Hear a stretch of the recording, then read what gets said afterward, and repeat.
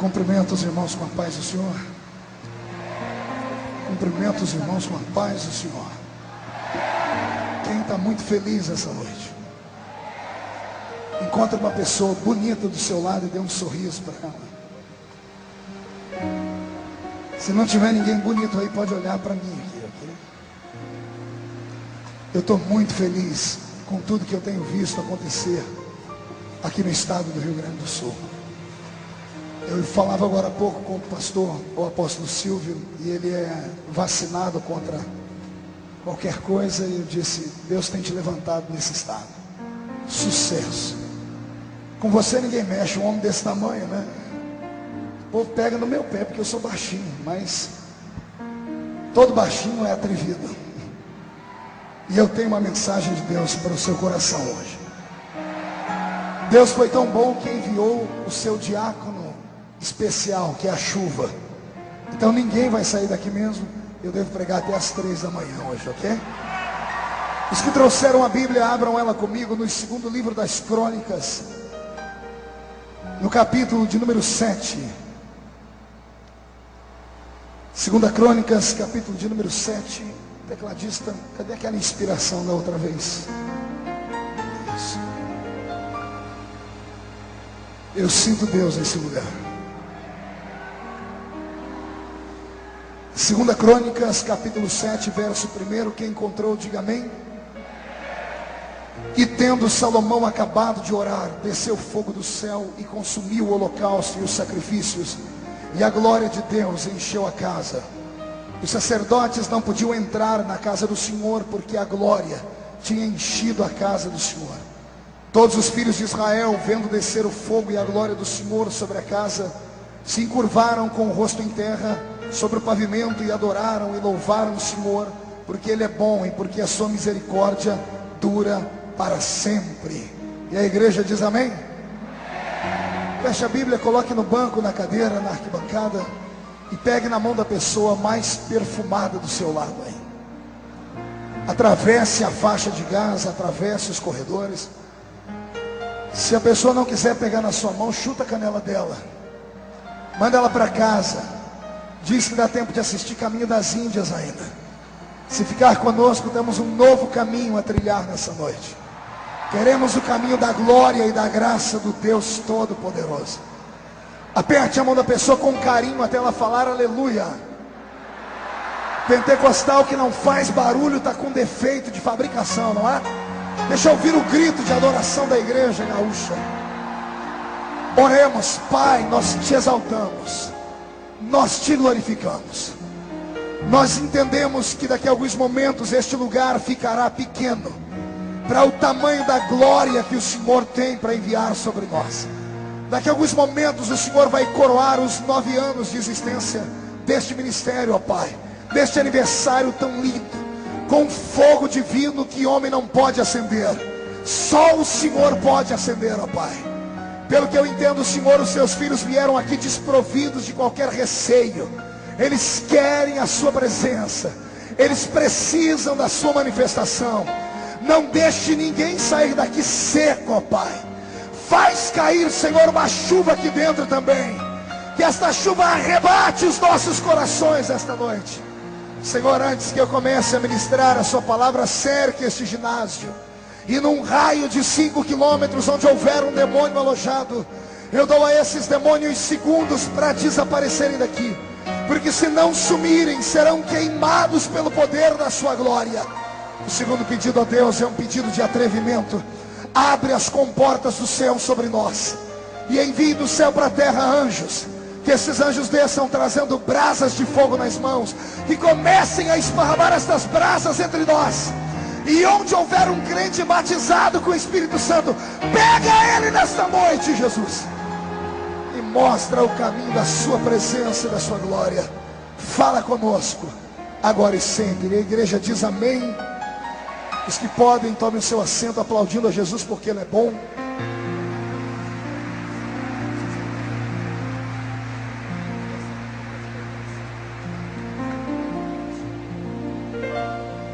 Glória a Deus. A sonoplastia, eu peço que me ajude um pouquinho, que eu estou muito afônico. Então, para eu não me esforçar demais e acabar perdendo de uma vez por todas as cordas vocais, se você puder aumentar um pouquinho para mim o retorno, eu te agradeço. Respire fundo, olhe para o seu irmão e diga: é hoje. Eu não ouvi direito, diga: é hoje. Diga: é hoje que a tampa da chaleira vai voar nesse lugar aqui. Tecladista, quando o povo subir, você tem que subir com eles. Quando eles descer, você tenta descer, se der conta. Casado ou solteiro? Casado? Com essa carinha, casado? Deus é fiel, Deus é fiel. Eu já acredito em milagre. Se ele casou, qualquer um casa aqui nessa noite. É brincadeira, o rapaz parece um ator de Hollywood, né? Senhoras e senhores, noiva do Cordeiro, simpatizante da nossa fé, amigos que vieram de perto, de longe, igreja aniversariante, meu apóstolo e sua linda e abençoada esposa, eu pedi a Deus que me desse uma mensagem para esta noite. E o Senhor trouxe à minha memória um texto antigo, mais profundo. Um texto distante de nós, no espaço geográfico e no tempo contado pelo homem, mas muito perto de nós em essência e em história. O templo de Salomão foi considerado no seu tempo uma das maravilhas que o homem pôde fazer com as mãos e dar a Deus. Salomão, filho nobre do rei Davi, assistindo à morte do seu pai em loco, teve a graça e a oportunidade de ver o seu velho pai, que estava com o seu corpo combalido, com os seus olhos já se escurecendo. Ele teve a honra de ouvir a voz cansada do rei Davi dizer: filho, coloque a sua mão aqui debaixo da minha coxa direita. E Salomão, tremendo e até temendo, porque o pai não era comum, era um homem que tinha duas naturezas muito peculiares. Davi era um guerreiro e era um poeta. Parece que são dois talentos que não cabem dentro do mesmo vaso. Mas Davi soube com muita graça exercer as duas funções diante de Deus. E agora que ele vê Salomão colocar a sua mão jovem debaixo da sua coxa direita, Davi segura pelo braço do filho e faz o filho fazer uma promessa. E ele diz: filho, eu falei com Deus dias atrás. Eu queria dar a ele um presente, uma casa de oração. Ele até me disse que a minha intenção era boa, mas ele olhou para as minhas mãos, e as minhas mãos eram mãos que tinham sangue. Porque durante a minha chamada e o meu ministério, eu matei muitas pessoas, inimigos que mereciam a morte, mas nenhum ser humano está aliviado na sua consciência por ter matado alguém. E por isso Deus me proibiu de dar a ele um templo. Mas ele me disse que a minha descendência poderia dar a ele esse presente. E eu quero passar para você esta função. E como eu vou morrer e não vou ver este templo ser construído, eu quero que você me prometa, faça um juramento, que você vai dar ao meu Deus uma casa de oração linda, uma casa de oração fantástica, uma casa de oração que atraia os olhos dele e o cântico dos anjos aqui para a terra. Promete, Salomão. E Salomão, emocionado, vendo seu pai fechar os olhos e ir morrendo, não consegue dizer não ao velho. E ele com voz embargada diz: durma em paz, meu pai, porque o seu Deus terá uma casa bela, santa, linda e poderosa. Morreu Davi. Salomão faz uma reunião agora. E nesta reunião que ele faz, ele reúne os melhores homens que ele tem no seu tempo. Os melhores arquitetos, engenheiros, homens que sabiam trabalhar com ouro, com prata, com pedras preciosas. E ele diz ao tesoureiro do seu reino: não meça esforços. Quero dar ao Deus do meu pai uma casa que fique marcada para sempre na história como sendo a mais bela, a mais cara, a mais rica casa feita para um templo religioso. E agora Salomão está atento, porque o pai havia deixado para ele o modelo da casa. Ele traz os pedreiros, os arquitetos, e todos começam a dar palpite. E alguns começam a dizer que pedra usar, que madeira usar, que cores usar, como fazer, como estabelecer, como arquitetar. E quando a casa está desenhada na mente dos homens que trabalhariam nisso, faltou agora a casa invisível, Porque o santuário só faz sentido quando as coisas que estão dentro dele são sacras. E quando a utilidade dele é uma utilidade sacra. E então se levantam os homens sábios e dizem assim: Salomão, já que você escolheu o melhor ouro, a melhor prata, a melhor madeira, as melhores pedras, os melhores construtores, o senhor também precisa se preocupar com a parte espiritual deste santuário. Porque o seu pai era um homem espiritual. E mais do que isso, o seu pai era um levita em potencial. O seu pai era um cantor. O seu pai era um compositor. E eu tenho certeza que se ele estivesse vivo, ele iria desejar que neste dia da inauguração do templo, a melhor música fosse cantada, o melhor instrumento fosse tangido, o melhor coral se apresentasse.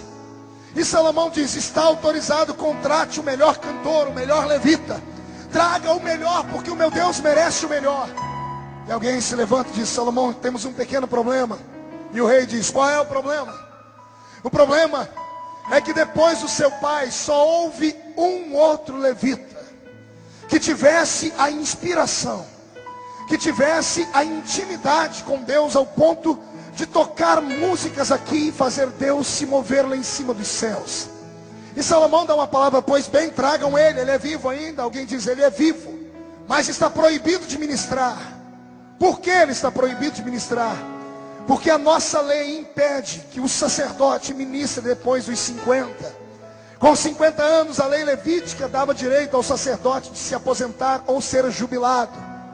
E a pessoa diz: e esse levita que cantava como seu pai, que entoava como seu pai, que recebeu uma inspiração especial do seu pai, tem 55 anos.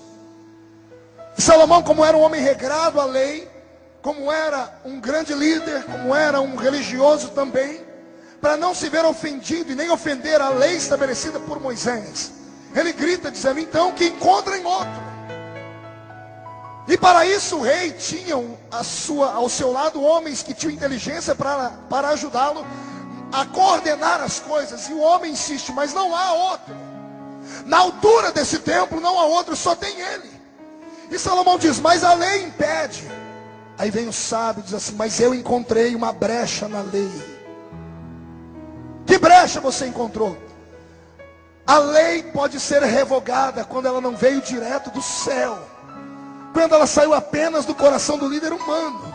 E quem foi que estabeleceu essa lei? Essa lei foi estabelecida pelos anciãos da tribo de Judá. Os anciãos da tribo de Levi. Mas se os anciãos da tribo de Levi levantaram, o que vão fazer eles se eu revogar? E aí o sábio diz: o Senhor ainda tem 11 tribos para te defender. Porque o ungido direto de Deus não é um sacerdote, é o rei. Porque o rei recebeu direto do Senhor a incumbência de administrar o reino, cuidar do sacerdote e cuidar do profeta. E Salomão chama o cidadão num canto, diz a história, ele diz: o que é que você está propondo? E o homem diz: eu estou propondo que o Senhor quebre a lei. Eu estou propondo que o Senhor reveja os conceitos. Porque entre a estrutura morta e falida e aquilo que é renovo e trará gozo no coração de Deus, deixemos de lado a estrutura falida. Quebremos a lei por algo que vai valer a pena. Vamos trazer o homem. Ele está vivo, ele tem vigor, foi sua lei. Mas e se as pessoas verem, vão querer matá-lo? Vão querer matá-lo se ele não andar com uma carta. Que carta? A carta que vai ter o sinete do rei de Israel. Se o Senhor pegar o seu sinete, o seu anel, escrever a carta de próprio punho e colocar ele dentro e dizer assim: eu, rei Salomão, descendente de Davi, revogo a lei, para que o sacerdote que foi deposto volte a atuar, porque no templo que meu pai me mandou fazer, só ele poderá cantar. Respira fundo aí, porque vem chumbo grosso. Vivemos num tempo muito dinâmico, muito lindo, de alta tecnologia. E a igreja parece estar caminhando ao lado, paralelo de tudo isso. Mas infelizmente a visão que eu tenho da igreja é uma visão crítica demais. A visão que eu tenho da igreja é que a igreja parece muito uma folha seca de outono. Tem estrutura, mas não tem vida. A igreja lembra muito bem a lua. É bonita e brilhante, mas não tem calor. lembra muito bem o cano de uma espingarda. É reto, não há defeito, não há curva, não há problema que impeça a bala de sair. Mas o problema é esse: ela é tão reta que quando sai alguma coisa de dentro dela, ela destrói e mata aqueles que querem viver. O culto dessa noite não é só um culto de adoração a Deus pelo aniversário da igreja, com todo respeito. O Senhor me disse que Ele traria para cá homens e mulheres que seriam responsáveis por um avivamento nesse estado. Eu não estou pregando para uma igreja nessa noite. Eu estava vindo dentro do avião, no meio das turbulências, e Jesus, não deixa o avião cair. O Senhor disse: fique tranquilo, tem uma reunião de líderes para você pregar essa noite, e eles vão sair dali cheios da graça e da glória divina. Agora levante a mão direita, por gentileza, coloque no ombro de quem está do seu lado, chacoalhe a pessoa até ela ficar irritada, irrita ela até ela sair do lugar, e diga: Deus te trouxe aqui para você ouvir uma história parecida com a sua, e depois dessa história, a sua vida vai mudar. Se alguém concorda comigo, dá um grito para acordar Porto Alegre inteiro nesse lugar. Agora tome o seu assento e aperte o cinto, porque nós vamos decolar aqui. Eu vou lhe mostrar o peso da oração e do pedido de um homem como Davi. Eu vou te mostrar por que Salomão e aqueles que estavam ao lado dele enfrentaram a lei para poder dar a Deus um santuário. Essa história, ela culmina aqui, mas ela começa 40 anos antes. Quantos anos antes? Não ouvi direito. 40 anos antes, quando um jovem pequeno, de olhos claros, cabelos ruivos, de uma beleza ímpar, sensível quando precisava ser sensível, ao ponto de tanger uma harpa no meio de uma caverna chamada Caverna de Adulão e conquistar 30 bestas feras que poderiam ter feito qualquer tipo de miséria com ele, mas quando ouviram ele tanger aquele instrumento, se curvaram diante da unção que aquele menino tinha. Um garoto que para chegar ao trono teve que receber 3 consagrações. E é por isso que quando ele escreve os seus salmos, ele diz que o óleo tem que descer não apenas sobre a cabeça, tem que descer sobre a barba inteira. Uma unção pequenina dava óleo somente aqui, mas como ele teve que ser ungido 3 vezes para chegar lá, o óleo foi acumulando e de repente o óleo escorreu pela barba.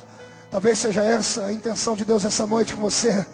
Que Deus derrame azeite sobre a sua cabeça, que esse azeite vá além da religião, vá além da estrutura. E tantos anos antes, eu vejo esse garoto sentado no lombo de um cavalo. Agora, o povo já gritou que ele é rei. E como disseram que ele é rei, ninguém mais tem coragem de lutar contra ele. Ele enfrentou o que tinha para enfrentar. Mas ele era anormal. Ele era louco de pedra. Ele não era comum. Ele era sensível demais às coisas divinas. Qualquer homem que chegasse à ascensão daquele trono, simplesmente colocaria o seu corpo em cima de um trono de um potentado, chamaria os seus súditos para ajudarem, pediria relatórios de como estava a cidade, de como estavam as províncias. Ele herdou um reino perfeito. Ele herdou um reino com súditos, com armamento bélico, com estrutura física. Ele herdou um reino que tinha latifúndios. Ele herdou um reino que qualquer pessoa, em qualquer tempo, gostaria de ter herdado para administrar. Mas ele não sossegava no trono. Ele levantava do trono e saía andando pelo reino para saber como é que estavam as coisas. E mesmo tendo sido ele ungido, ele percebia que no dia em que ele tomou posse da coroa, tinha algo errado. Ele via o que ninguém via. Ele ouvia o que ninguém ouvia. Qualquer um podia chamar ele de esquizofrênico. Aliás, um dia desse fui acusado disso. Num blog endemoniado que tem na internet, um líder de lá é um filósofo, psicólogo, e mandou para mim um e-mail dizendo assim: você é culpado de provocar talvez o maior número de esquizofrenismo médio jamais visto em toda a história desse país. E subiu um arrepio. Falei: meu Deus, eu sou tão ruim assim? Aí eu mandei um e-mail para ele assim: por quê? Ele diz: ora, estude um pouco de esquizofrenia e você vai entender o porquê. E aí eu fui estudar. Só que quando eu estudei, eu fiquei tão feliz. Fiquei tão alegre. Pergunta por quê? Eu só falo se todo mundo perguntar fazendo biquinho. Que povo fofo esse povo. Simples. Porque quando eu fui estudar as principais características do esquizofrênico, tem 3 que são maiores que qualquer outra. Primeiro, todo esquizofrênico vê o que ninguém vê. Segundo, todo esquizofrênico escuta o que ninguém escuta. E como ele vê o que ninguém vê, escuta o que ninguém escuta, ele sente o que ninguém sente. Aí eu mandei a resposta citando o apóstolo Paulo, um outro filósofo maluco de pedra. E foi Paulo quem disse: aquilo que os olhos não viram, aquilo que os ouvidos não ouviram, aquilo que não subiu ao coração do homem, é o que Deus tem reservado para esses gaúchos aqui nessa noite.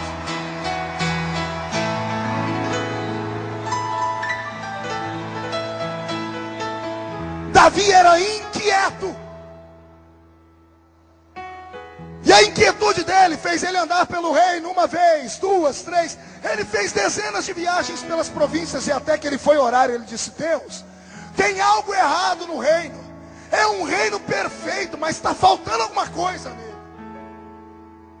E Davi descobriu o que faltava. Anos antes dele assumir o trono, quando o povo pediu Saul como rei, Deus pegou a sua glória e se condensou dentro de uma arca e deixou o inimigo arrastar a arca para fora e levou a arca embora. Era só a maneira de Deus dizer assim: eu não fico onde não me querem. Eu sou um gentleman, um cavalheiro. Eu não forço a barra com ninguém. Se me aceitarem, eu estou aí. Se não me quiserem, eu estou indo embora.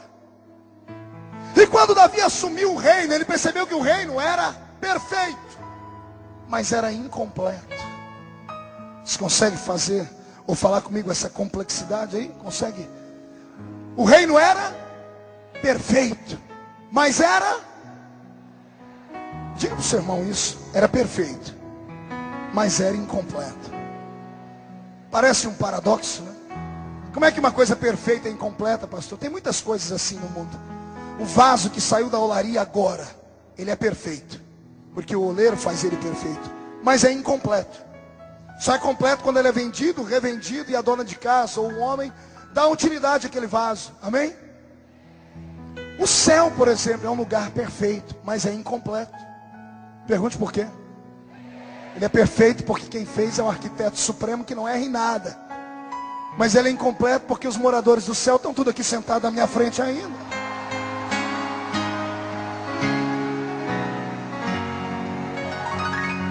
Entendeu? Tem muitas coisas perfeitas, mas incompletas. Agora, o reino que Davi herdou era perfeito, mas era incompleto, porque faltava a presença de Deus lá. A minha geração tem herdado um reino assim, um reino perfeito do ponto de vista do homem. Ano que vem você vai ver como as nossas igrejas são queridas. Ano de política. Vão nos assediar porque sabe que nós temos poder de quórum hoje. A igreja, do ponto de vista deles, é perfeita. A igreja tem programas de TV. O pastor citou aqui programas de TV, rádio. Eu tenho meu programa de TV. Isso, para a visão de qualquer um de 50, 60 anos atrás, é dizer: a igreja alcançou o seu ápice. Uma fatalidade de mentiras. A igreja, na minha geração, herdou um reino perfeito, mas incompleto.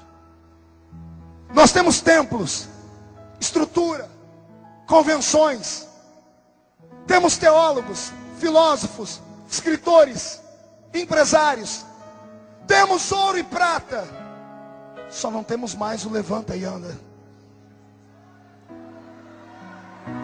Temos a atenção dos homens, e se para você isso é uma conquista, para mim isso é um retrocesso. Porque Jesus nunca disse que os homens iriam nos amar. Ele nunca disse que os homens iriam aplaudir a existência da igreja. Ele disse que quando a igreja fizesse o que era para ser feito, ela iria incomodar e seria perseguida. E nesse quesito, com todo respeito ao seu pensamento, nós, em algumas denominações aqui reunidas, estamos muito aquém disso. Pegue no cenário nacional e veja as igrejas que são apedrejadas. E você vai ver que, pelo ponto de vista divino, parece que eles estão na visão de Deus e nós não. Quando eu vejo um bispo Edir Macedo sofrer o que está sofrendo, eu falo, Jesus, que inveja santa. Quando eu vejo o apóstolo Estevão Hernandes sofrer os reveses, eu digo, que inveja santa. E aí quando eu vejo as outras igrejas grandes se levantarem contra eles, eu digo, que desgraça. Porque eu, Marco Feliciano, prefiro errar acreditando num irmão meu do que acertar acreditando em qualquer macumbeiro por aí. Eu prefiro depois falar assim, eu errei, mas eu errei acreditando em alguém que faz parte da minha fé. Nós herdamos um reino perfeito que tem quase tudo. Mas que saudade da época que esse reino não era tão perfeito assim. Hoje, quando eu prego pelo mundo todo, já são mais de 60 países e mais de 1.600 cidades brasileiras. E a minha voz é rouca de tanto pregar. Somente nas últimas 72 horas, essa é a 6ª vez que eu prego. Nessas últimas 6 horas eu preguei para pelo menos umas 150 mil pessoas. Então eu tenho experiência do que estou falando. Com todo o gabarito que tem, porque hoje para atender alguns congressos, alguns eventos, eu sou obrigado a mandar um currículo. A minha equipe preparou até um portfólio. Porque hoje você tem que mostrar que você tem know-how, tem peso, tem conhecimento e estrutura. Porque senão não querem te receber mais. Hoje com tudo que tenho. Às vezes eu entro no meu quarto. Pego o último vídeo que eu gravei, que é o vídeo da minha vida. Chamada de fogo. E vou passando ponto a ponto para ver a casinha onde eu nasci. E quando para a cara do irmão Ovidio Ramos, eu choro. O presbítero que me ensinou a amar Jesus. Que saudade de uma época em que nós não tínhamos tanta estrutura. A gente não tinha dinheiro para trazer um agitador de águas. A gente não tinha condições de trazer um artista gospel. Nós não tínhamos nem liberdade para fazer o que está sendo feito aqui hoje. Mas esses cultos de Pedro, Tiago e João, Jesus sempre nos surpreendia de alguma maneira. Lá ia o irmão Ovidio, analfa de pai e beta de mãe. Só tinha 2 dentes na boca, o zagueiro e o atacante. Aquele barrigão assembleiano, a lá cemitério de frango. E ele chegava no culto e dizia, vamos abrir a Bíblia no livro de Êxodo. E quando ele estava inspirado, ele dizia, abra a Bíblia no livro de Genésio. Um dia deu uma confusão lá, apóstolo. Ele resolveu falar assim, vamos abrir a Bíblia no livro da profeta Joana. Levantou uma irmãzinha, irmão, vinte, que profeta é essa? Oh, mulher, você não leu a Bíblia? É aquela que o peixe engoliu? Só nesse dia nós descobrimos que ele não sabia ler. Alguém passava a tarde inteira lendo para ele. E ele memorizava. E ele chegava e falava de cor. E alguém fez uma gracinha com ele. Maldade. Eu ia nos cultos desse homem. Confesso, eu era adolescente. Não era para cultuar, eu ia só para dar risada. Que todo adolescente é uma benção na igreja. Ia eu e o Elias, que hoje é presbítero na minha igreja. A gente sentava atrás de uma pia de cozinha que tinha lá atrás, que era um salão, um antigo bar. Cabiam umas 40 pessoas. E a gente sentava bem lá atrás, porque quando o irmão Vídeo começava a falar tudo errado, a gente não se aguentava. Um segurava o outro para não dar vexame, de tanto que a gente ria. E teve um dia que eu não me aguentei, porque ele chegou com o olho brilhando na reunião e disse, Deus me deu uma palavra hoje de tarde. Abra a sua Bíblia aí do livro do profeta Albuquerque.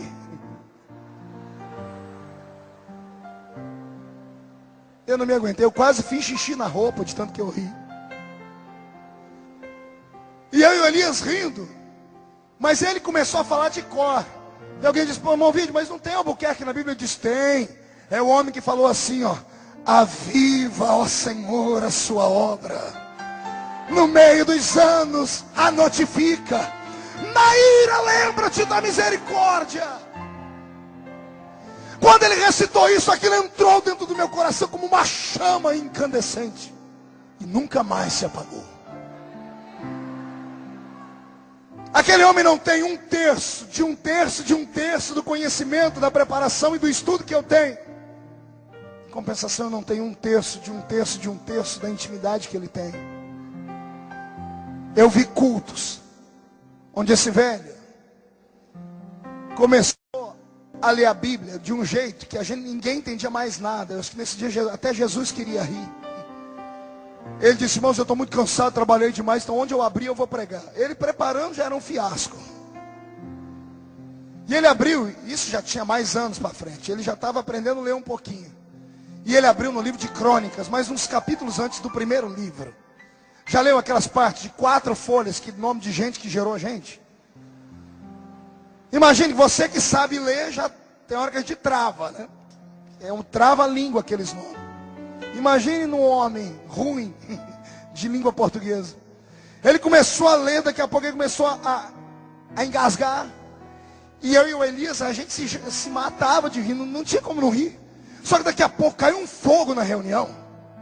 E eu levantei minha cabeça e disse: Elias, o que está acontecendo? O que nós perdemos aqui? Aí levanta a profetisa da reunião, irmã Maria de Paula. Irmã Maria de Paula vem, olha para a gente: vocês não estão vendo o que Deus está fazendo, meninos? Eu falei: o que, irmã Maria? Já tem uns 5 minutos que o irmão Vídeo está lendo a Bíblia na língua dos anjos. Mas não era a língua dos anjos. Ele lia tudo errado. Mas o povo era tão humilde e simples, que entendia tudo errado e pensava que ele estava sendo renovado. E não era isso que impedia Jesus de operar. Jesus pegava um gancho e batizava crente com o Espírito Santo, curava os enfermos. Quando você se perguntar em que fábrica saiu esse maluco aqui, foram esses homens e mulheres que moldaram o meu caráter espiritual. Eu venho de uma época em que a gente via a glória de Deus. Eu venho de uma época que quando a gente ia para as ruas, as pessoas olhavam para a gente como se a gente fosse um bicho. No trabalho a gente era levado à última instância para a gente fazer qualquer coisa para ser mandado embora. Na escola a gente tinha vergonha de dizer o que era, porque todo mundo encarnava na gente. A gente só tinha um lugar de paz. Era o pequeno salão. Porque ali dentro era o nosso reduto com Deus. A igreja não era perfeita, mas ela era completa. Eu vi o que as minhas filhas nunca viram. Eu ouvi o que a maioria dos que estão hoje aqui dentro nunca ouviram.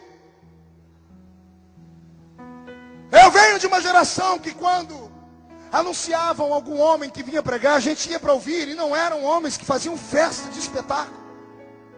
Eu era garoto. Quando o pastor anunciou na igreja: vai vir pregar no nosso congresso esse ano um ex-defunto.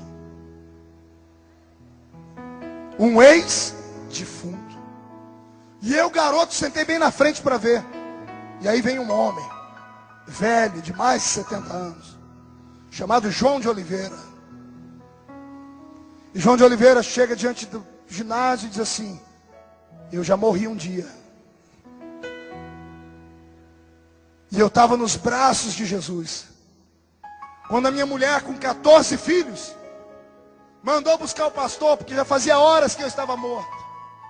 E o pastor veio para fazer o velório, mas quando ele entrou dentro da minha casa para fazer o velório, eu já estava pronto para ser enterrado. A minha mulher agarrou o pastor pelo paletó e disse: pastor, Jesus não pode levar meu marido assim. Eu tenho 14 filhos para criar. Fala com ele, pastor, porque o senhor tem ligação direta. E o pastor dobrou o joelho do lado do caixão, botou a mão em cima e agarrou a mão do defunto. E ele orou assim: Senhor Jesus, quem ora aqui é João Colenda. A tua serva tem 14 filhos para criar. Devolve João de Oliveira para ela. Foram 4 horas de oração e súplicas. E esse homem disse assim: eu estava nos braços de Jesus quando Jesus disse: eu te quero aqui, mas a tua família precisa de você. o meu servo de joelho me convenceu de que você precisa voltar. Mas antes de voltar, segure.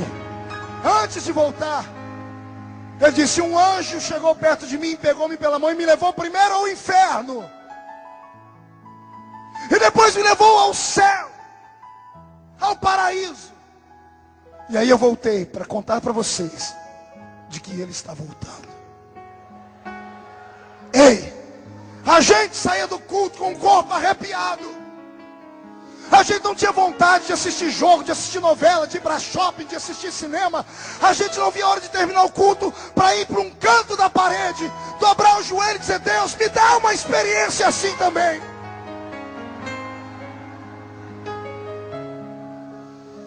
Eu cresci nesse ambiente. Mas o ambiente do século 21 é um ambiente terrível. Os púlpitos mudaram. E eu tenho liberdade com o pastor Silvio para falar sobre essas coisas aqui. Antigamente um pastor, quando ele era ungido, ele recebia um cajado do céu. Parece que a maioria daqueles que são consagrados hoje receberam um par de luva de boxe.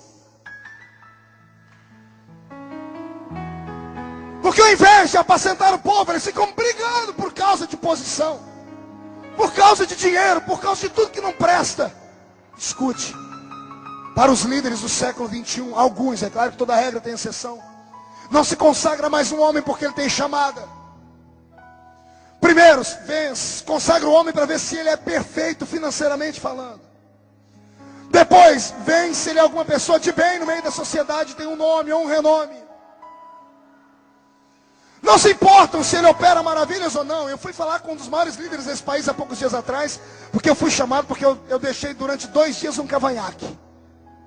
A minha barba é cerrada, eu fiz ontem à noite, já está grande. Se eu deixar 2 dias, eu fico cheio. E eu deixei, porque eu estava nos Estados Unidos da América. Um desses crentes possessos congelou a imagem do vídeo, porque o culto nos Estados Unidos está sendo transmitido online. Congelou a imagem, salvou e imprimiu. Perdeu um dia do trabalho para ir lá no pastor mostrar para ele. Vê se não é o filho do cão com a pombagira junto. Eu queria saber se esse crente teria o mesmo prazer de lutar para arrancar uma alma do inferno. Com certeza não faria, não teria tempo para isso. E aí quando o pastor veio falar comigo, ele disse assim para mim: meu filho, você precisa mudar. Eu falei: mas pastor, por onde eu passo o cego vê, o surdo ouve, o paralítico anda, o morto ressuscita, as almas são salvas.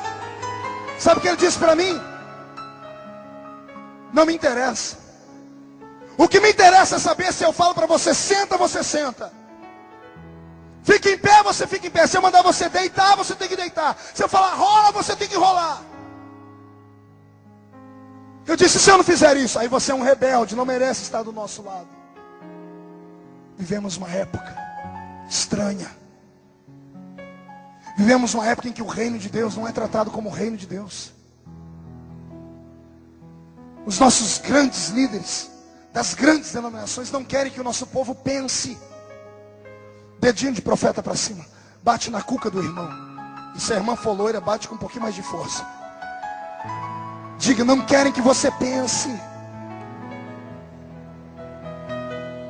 O que falta na minha geração, além de profetas, são pensadores. O que é que eu disse que faltam? Não ouvi? O que é um pensador, pastor? É alguém que olha, analisa e questiona. Só que quando você vai questionar qualquer coisa, sabe o que eles fazem? Eles te excluem, te chamam de rebelde. Se você fica quieto, a sua vida fica travada, você não consegue andar e nem se mover. Aí termina os dias como esse cristão que está do seu lado. Eu não tenho dúvida de que a pessoa é piedosa, não tenho dúvida de que a pessoa é santa, mas encare o rosto do irmão do seu lado por 1 minuto, olhe para ele. Você vai ver que a pessoa tem uma cara horrível, parece que foi batizado num pote de vinagre.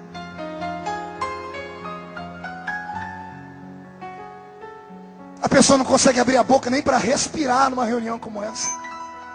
E sabe o que é que impede ela? É o brinco que a senhora está usando, moça. É a calça que a outra está usando. É a barba que o outro está aí do seu lado. Porque lá na igreja dele, ninguém prega a Bíblia, só prega essas porcarias. Só fala essas porcarias.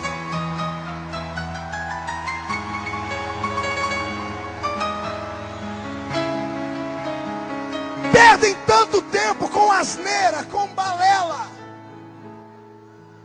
Perdem tanto tempo ensinando coisas que nem são da palavra. Não tem conhecimento, não tem profundidade bíblica.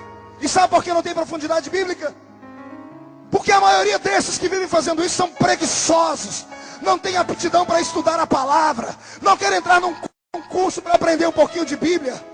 Eles querem levar a vida do jeito que vive. O salário deles cai todo mês. Tem um carrinho lá do fora. A filha, o filho está estudando. Tá bom demais. Eles estão um pouco se importando com você. Com todo respeito. Parece que a época dos pastores desapareceu. Estamos vivendo a época dos fazendeiros. Pergunte.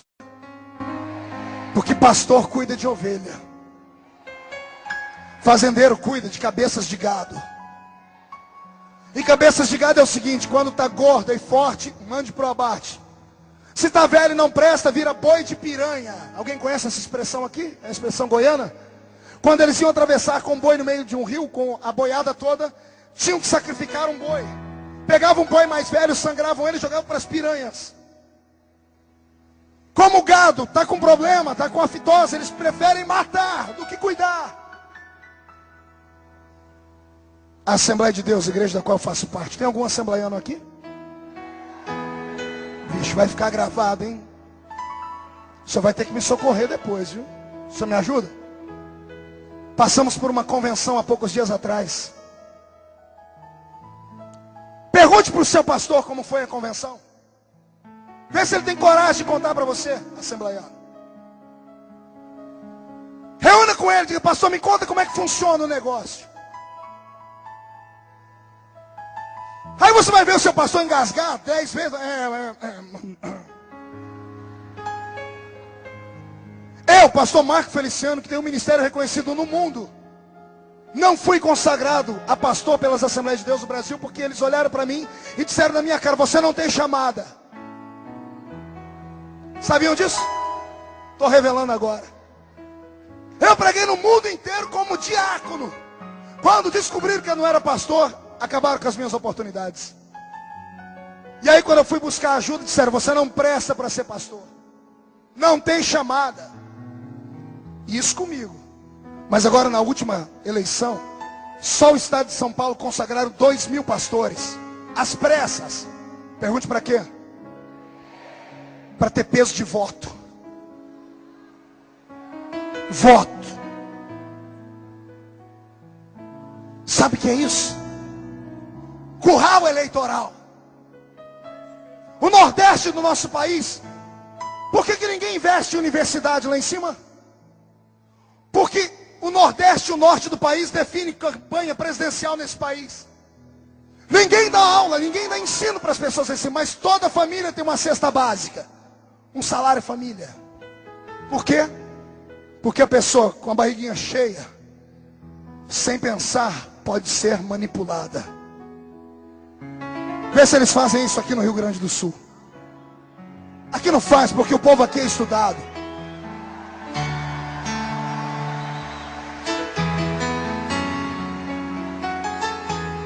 Tantas quantas vezes eu vier a esse estado, tantas quantas vezes eu vou profetizar. Assim como esse estado, pelo nosso país, é o último aqui embaixo, e todo fogo começa de baixo para cima, eu quero que o Rio Grande incendeie esse país.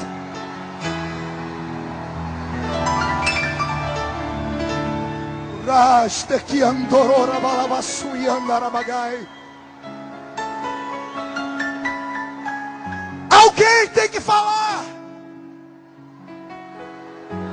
Alguém tem que se levantar. Alguém tem que explicar. Alguém tem que pensar. Eu não sou fantoche. E você também não é. Então se você é um homem ou uma mulher de Deus que quer mudança, dá um berro aqui dentro. Quem sabe eles escutam lá.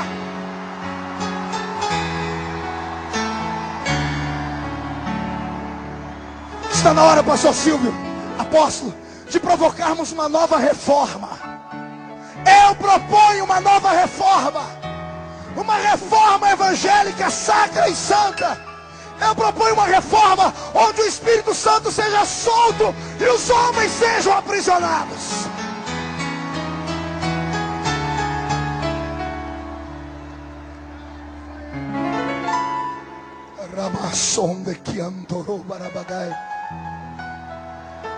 Mas não é fácil. Pergunte por que não é fácil. Quando Davi percebeu que a arca não estava ali, olha o que ele fez. Ele pôs no coração em buscar a arca de volta. Mas Israel vivia anos de paz, vivia anos de... Cotovelo seu irmão e diga: do que adianta ter paz e não ter a presença de Deus? Eu prefiro viver em guerra, mas sabendo que Ele está comigo. Prefiro em guerra, porque em guerra eu sinto as asas do Onipotente me protegendo. A história diz que Davi passou pregão no meio de Israel e disse: quero o meu exército. E os primeiros que se candidataram foram os 30 valentes que ele tirou lá da caverna de Adulão. Gente que ninguém dava nada por eles. O capitão do exército chegou em Davi e disse assim: mas rei, o inimigo está quieto. Vamos deixar o inimigo quieto. E Davi: não, nós vamos lá buscar a arca. Mas rei, é uma luta sem necessidade. E o rei dizendo: sem necessidade para você, que é um insensível que só vê as coisas do ponto de vista da terra. Eu sinto falta da glória de Deus. E eu vou às últimas consequências para trazê-la de volta. E Davi dá um grito no meio do povo: qual homem tem coragem de deixar a sua família e ir comigo no arraial do inimigo e tomar de volta o que é nosso? Isso não é para qualquer um. Aqui está o meu desafio nessa noite. Eu quero saber quem é que tem coragem de entrar no arraial do inimigo comigo e pegar de volta o que é nosso. Não há garantias, porque o sistema está corrompido e falido. Não há garantias, porque como eles não conseguem te parar de um jeito, vão tentar te parar de outro. Se eles não conseguem de uma maneira normal, eles vão descer ao nível dos animais irracionais e vão fazer calúnias. Homens sem temor a Deus não têm escrúpulos. Para não saírem de onde estão, eles fazem qualquer negócio. Eu sofro isso no corpo e na alma, por não aceitar cabresto. E só estou de pé porque Jeová disse assim: eu te seguro, garoto, vai lá. Mas eu choro todo dia. Todos os dias eu carrego uma cicatriz nova nas costas, porque é como se estivesse sozinho enfrentando um sistema pérfido e maligno que mata os nossos filhos todos os dias. Eu amo, com respeito a todas as denominações, eu amo a minha igreja. Eu amo a Assembleia de Deus. Eu preguei nos maiores congressos de jovens desse país. Agora não prego mais. Pergunte por quê. Não é porque não sou convidado, pergunte por quê. Porque nós não temos mais jovens. Nossos jovens saem da opressão da nossa igreja e vai para todas as outras. E ainda quando entra numa igreja abençoada como a sua, pastor, apóstolo, eu fico feliz.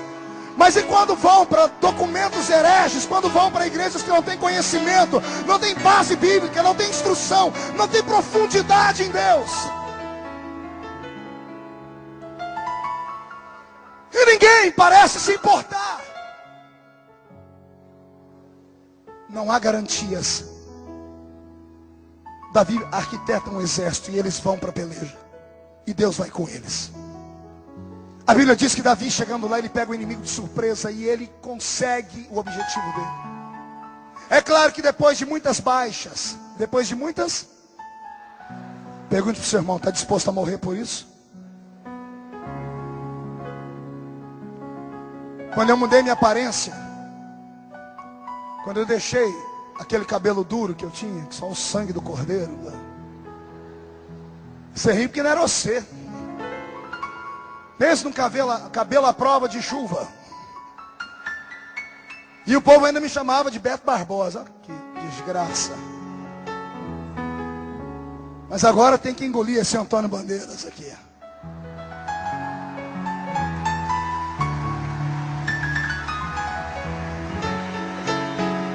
Ô glória. Alguém aqui acha que eu sou burro? Você acha que eu sou inteligente? Também com a muranga desse tamanho aqui no lugar, em cima do pescoço, né? Meu QI é acima da média. Eu não faço nada por impulso. Todos os meus gestos são calculados. Quando eu deixei o cabelo ficar como está agora, eu sabia exatamente o que ia dar. Eu sabia que eu podia morrer. Mas isso aqui era um grito silencioso. Eu queria que o jovem me visse pregar na Assembleia de Deus desse jeito e falasse assim: calma aí, a unção não está no cabelo.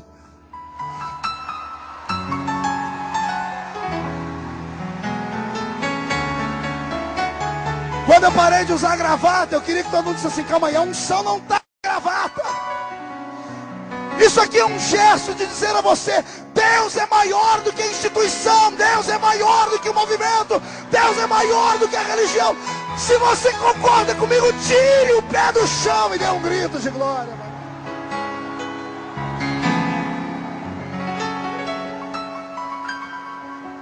Eu despertei uma geração inteira para pensar.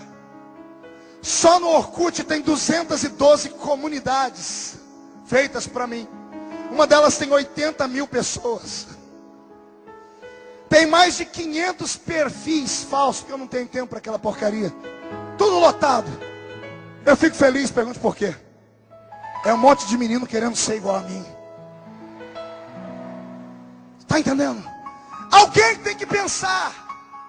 Você acha que um Martinho Lutero da vida, um John Knox, um John Wesley, um Charles Finney, um Jonathan Edwards, A.I.B., Catherine Kuhlman, você acha que essas pessoas que nós lemos a história hoje são colocadas num pedestral e as luzes da ribalta estão sobre elas? Você pensa que eles sempre foram aplaudidos? Eles carregaram o peso de uma inquisição nos ombros. Só foram reconhecidos depois de mortos. Mataram o profeta, mas as profecias falam no nosso ouvido até hoje. O meu desejo nessa noite, e o Senhor me faz sentir aqui, meu corpo está arrepiado. Foi muito estratégico deixar as luzes apagadas, porque assim as pessoas podem se expressar melhor. Tem gente chorando aí no meio. Eu ouço gemidos de jovens dizendo assim: Deus, eu quero. Eu também quero. E é isso que Deus está procurando nessa noite. Deus não está procurando um show. Deus não está procurando alguém que se apareça. Deus está procurando alguém que chore pela igreja. Alguém que tenha coragem de se levantar comigo nessa noite e a gente partir para cima do inimigo, morrendo ou vivendo. O morrer para mim está ganho e o viver para mim é Cristo e ponto final. Eu quero é Deus. Quem quer Deus comigo aqui? Dá mais um grito de glória em nome de Jesus Cristo. Eu imagino o pesar no coração de Davi quando ele viu que soldados morreram, apóstolo. Eu imagino os outros que voltaram aleijados. Eu imagino aqueles que vieram arrastados em macas. Mas deixa eu desenhar para você como é que eles voltaram. Posso? Quando Davi venceu a batalha, ele pegou um soldado da tribo de Benjamim e disse: vai na minha casa e avise a minha mulher, diga que nós vencemos. Manda ela preparar uma festa, porque eu estou voltando com a vitória. Foram 6 meses de período de voltar até a casa. Davi, antes de vir, como ele nunca tinha participado de uma batalha como aquela, ele chamou o soldado mais antigo e disse: como é que o rei voltava para casa com a vitória na mão? E então desenharam para ele: rei, na frente vem o rei, à esquerda do rei vem um porta-bandeiras carregando a bandeira do exército inimigo aqui embaixo, para quem passar pela rua ver que o inimigo foi vencido. À direita do rei vem um porta-bandeiras do rei, levantando a bandeira do leão da tribo de Judá bem alta, tremeluzindo para todo mundo ver que o leão da tribo de Judá venceu. Atrás do rei vem os seus maiorais, depois vem aqueles que têm os seus cavalos, e lá por trás vem os que vêm andando a pé. Lá vem o rei, ele prepara toda a cena. O rei na frente, porta-bandeiras, os maiorais, soldados estão sendo arrastados. Mas a história diz que Davi não se movia. E alguém dizia: por que nós não andamos, rei? Ele disse: está faltando alguma coisa. Soldado antigo, volta aqui. Como é que o rei voltava? E o soldado disse: bem, eu vou desenhar, rei. Primeiro o rei vem na frente. Aí soldado com a bandeira na esquerda, soldado com a bandeira na direita. E Davi dizendo: calma aí, já entendi tudo. Abra um caminho aqui atrás de mim. Abra um corredor. Tragam a arca. A arca já. E a arca é colocada em cima de uma carruagem de boi. E o boi não corre, ele anda num trote.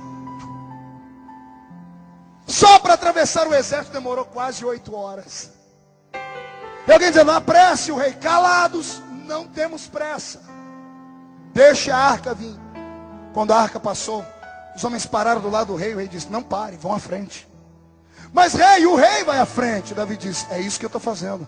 O rei vai à frente.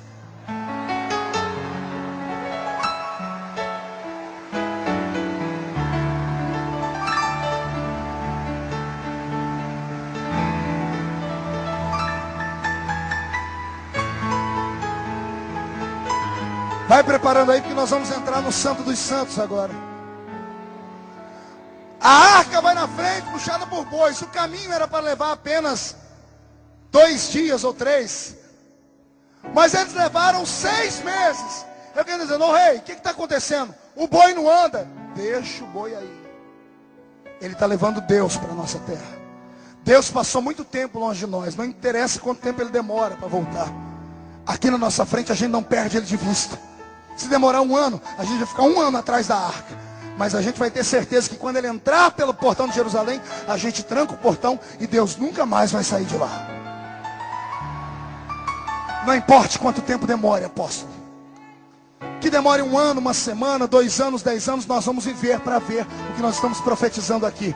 Nós vamos viver para ver o Rio Grande do Sul ser conhecido como o estado que estará projetando o maior avivamento do Brasil e avivamento para outras partes do mundo. Quem é que se candidata aqui? Então tome o seu assento.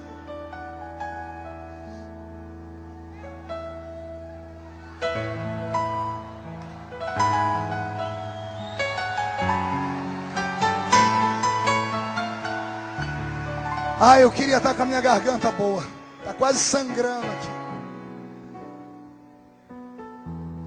Quando o portão se abre e o povo está esperando com gritos de festa. Todo mundo espera o rei atravessar o portão de Jerusalém, mas o rei não atravessa, atravessa uma carruagem de bois.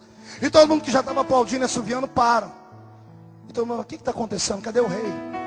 Milca já fica descontrolada, porque ela entendia de festa. O pai dela nunca deixou um boi entrar na frente dele.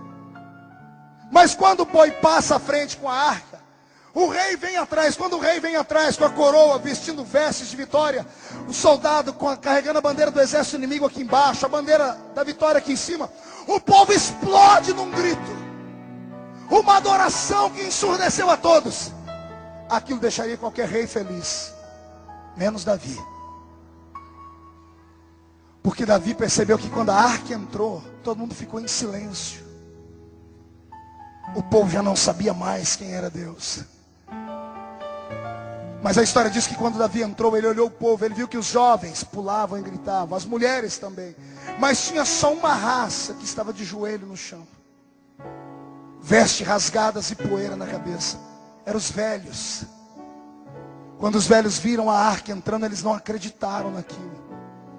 Eles se jogaram no chão, rasgaram as vestes, dizendo, Senhor, perdoa o nosso pecado. Pelo Senhor ter saído daqui, a gente se rasga e imploramos, nunca mais nos abandone. Isso tocou o coração de Davi. Olha o que Davi apronta. Davi desce do cavalo, tem um palanque para ele subir, dar um discurso político. Era só ele subir e falar assim, conquistamos isso, trouxemos despojo, ouro, prata, isso e aquilo, vamos fazer desse reino. Era um discurso político.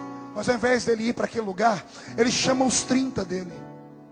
Os 30 se reúnem ao redor dele e se transformam numa parede humana, todos virados para frente, de costa para o rei.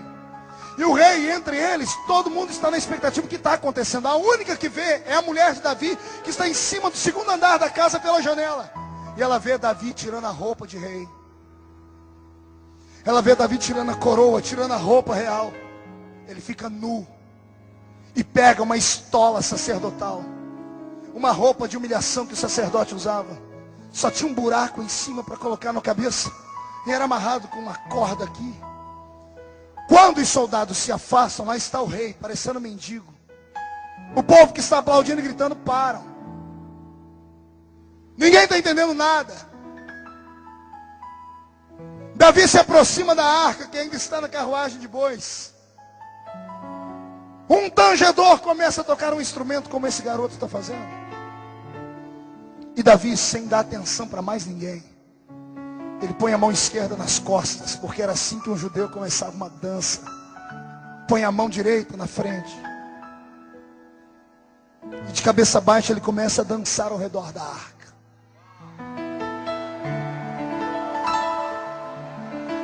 E ele baila ao seu Deus, uma valsa. E conforme o rei vai dançando, um monte de gente está olhando como alguns estão me olhando aqui. E falaram dele, o que estão falando de mim é doido mesmo, desequilibrado. E eu respondo para você o que Davi responderia se perguntasse para ele: eu não estou dançando para você, estou dançando para o meu Deus. E se você não entende de sensibilidade, o problema é seu geladão. Que está acontecendo milagre aí onde você está caindo neve em cima de você. O irmão do seu lado está pegando um resfriado de tão gelado que você está. Eu te desafio a quebrar os protocolos essa noite.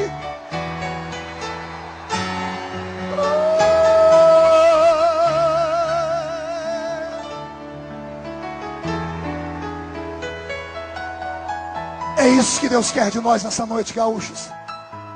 Deus quer que você tenha liberdade para fazer o que você nunca mais fez.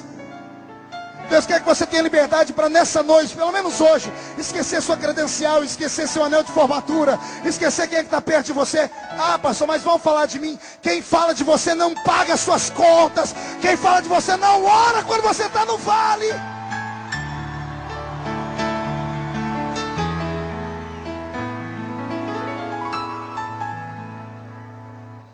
Ei, o que eu vou falar agora, teologicamente, vai dar um nó na cabeça das pessoas. Um homem com um coração sensível pode ter cometido o pecado que for, Deus apaga. E a última palavra dele quando morrer não vai ser o adúltero que mandou matar o marido da mulher. A última palavra de Deus acerca dele vai ser: é um homem segundo o meu coração.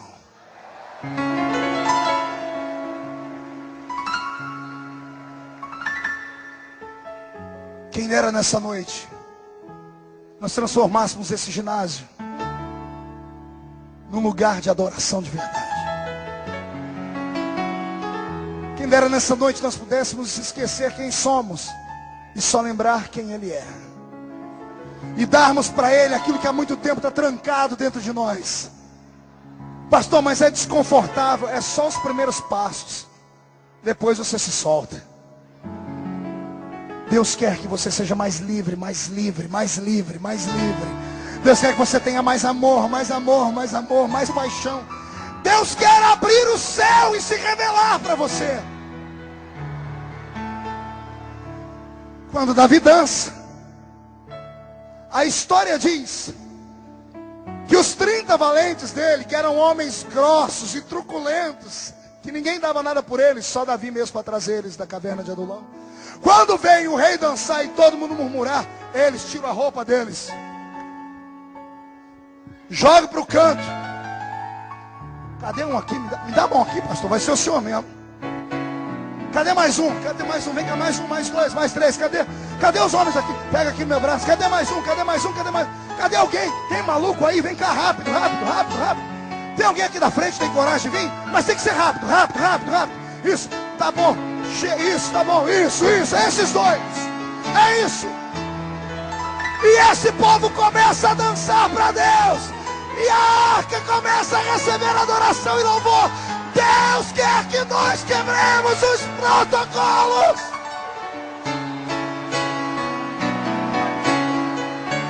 Aleluia! De pé toda a igreja, eu quero ouvir esse teclado agora. Eu quero te desafiar a ir onde ninguém nunca foi, a sentir o que ninguém nunca sentiu, a ver o que ninguém nunca viu. Pastor, é possível, mas Deus não se revela de graça.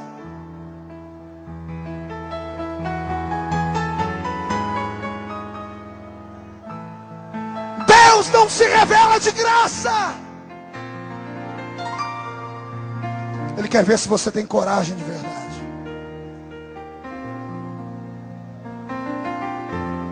Quando Davi dança, os 30 dançam.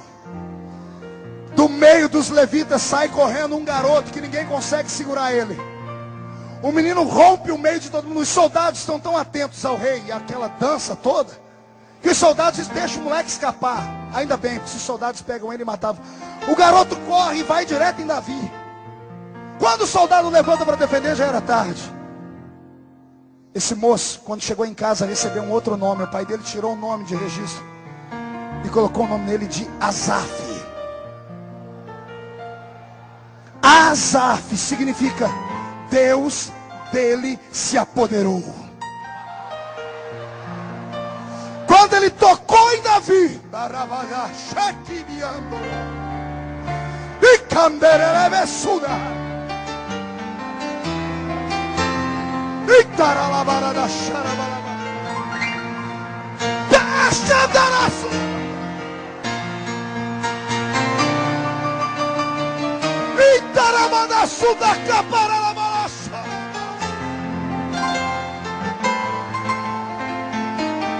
sobe com esse teclado, garoto. Há um Deus do céu se revelando a nós. Inclina a sua cabeça.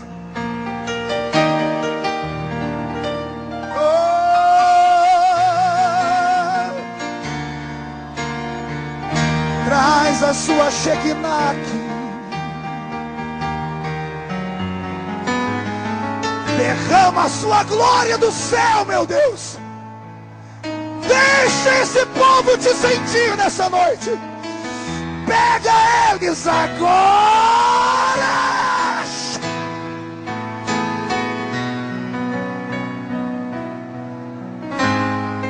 Meu Deus.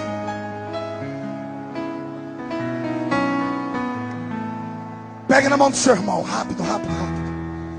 Aquele conjunto de louvor, se estiver preparado aí, todos os instrumentos, preparem aí.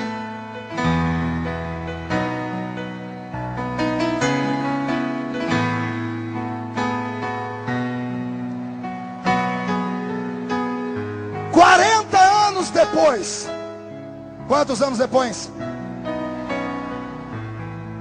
Davi está morto. O adolescente de 15 anos tem 55. Ele já foi destituído, mas Salomão traz ele de volta. Existe ex-empresário, existe ex-jogador de bola, existe ex qualquer coisa, mas não existe ex-ungido. Não existe ex-ungido. Sabe o que eu estou dizendo? Que a sua chamada ainda é verdadeira. Que a profecia daquele monte, daquela igrejinha ainda é verdadeira. Que tudo que Deus disse que ia fazer, Ele vai fazer. Mas você tem que se soltar.